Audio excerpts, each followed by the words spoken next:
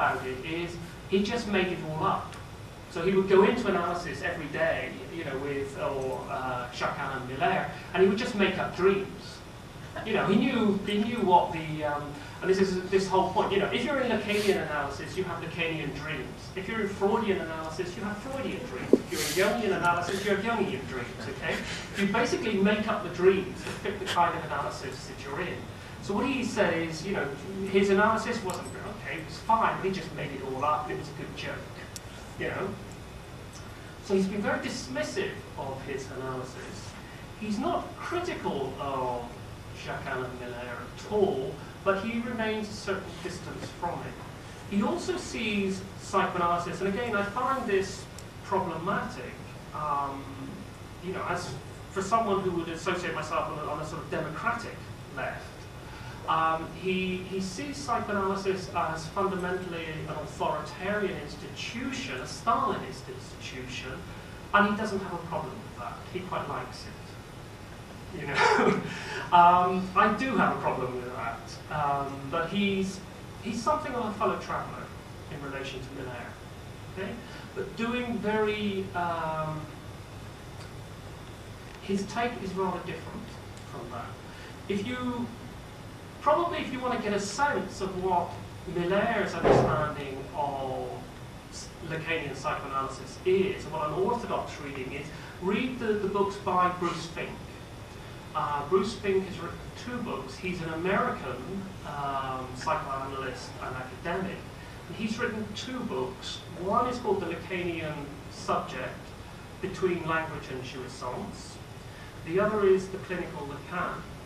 Now, when these books came out, Lacan and Miller was reported to have said, well, why didn't they just print my seminar? It's word for word me. Yeah? So there was a bit of tension there between Fink and Miller. So if you want to get a sense of what is a kind of Millerian reading of Lacan, I mean, have a look at Bruce Fink's works. They're very close to Miller. He draws, you know, he references Miller all the time. He's very close to Miller. How to spell his name? Bruce Fink. Is it?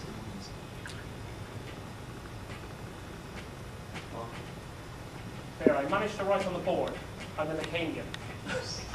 All Lacanians write on boards. Okay. Let me move then, if you're still okay. Let me move to talk about Zizek's Marxism. I've talked about his Lacanianism. I'm trying to focus on the notion of the acts, just how that this is a problematic notion. Now, for Zizek, it is the Lacanian category of the real that marks a distance of his project from that of classical or orthodox Marxism, but also from liberal democracy. In the Sublime Object, the real was explicitly aligned with Laclau and Mou's conception of antagonism in the book I mentioned earlier, Hegemony and Socialist Strategy. And we should keep in mind here that as conceived by Laclau and Mou, the term antagonism is to be clearly delineated from any Marxian conception of dialectical or determinate contradiction. Zizek has also associated the real with the Althusserian conception of history as an absent cause in his polemics against historicism. Most recently, the real has come to be associated with the underlying logic of global capital.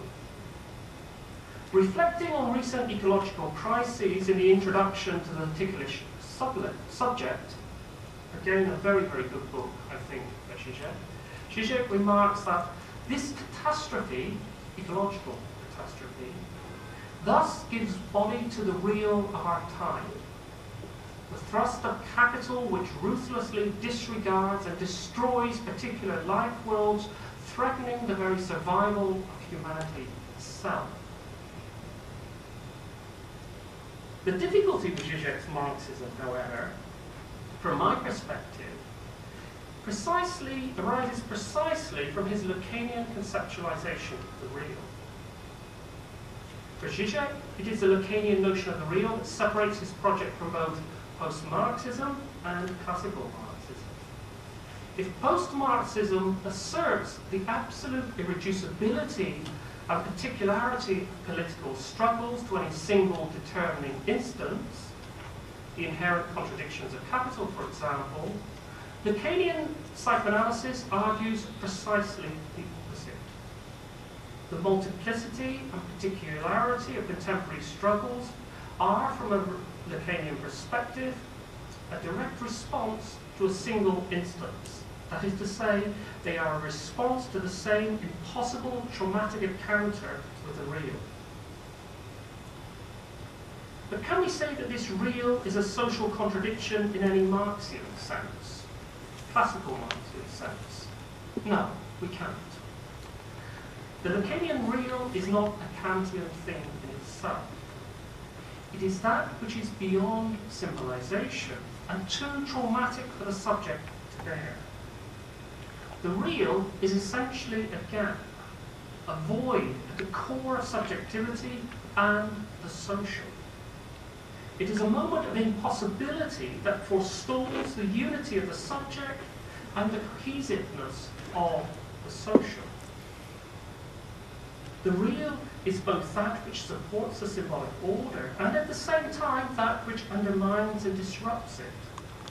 As an absent cause, it is also something which is retroactively constituted.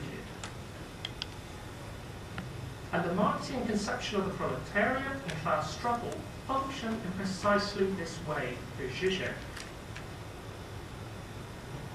Marxism's historic originality, contends Zizek, remains its identification of the structural role of class and class struggle central to the logic of capital.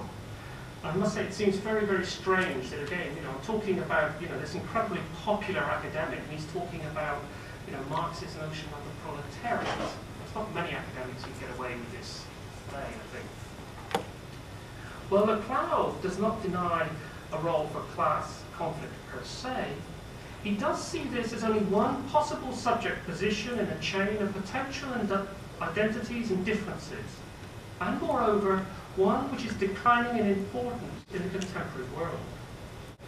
Zizek, on the other hand, argues that class struggle is not simply one social antagonism amongst a series of equally significant conflicts, but simultaneously the specific antagonism which predominates over the rest, whose relations thus assign rank and influence to the others.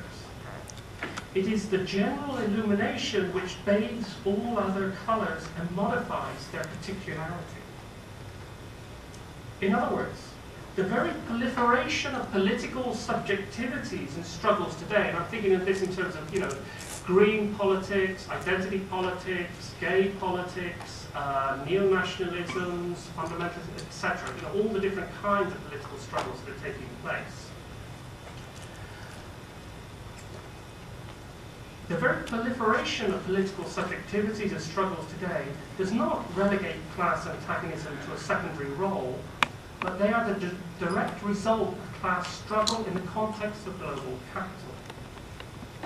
Zizek's reassertion of the significance of class conflict in an era of globalization and the overestimation, I think, of the politics of recognition are to be welcomed in one sense.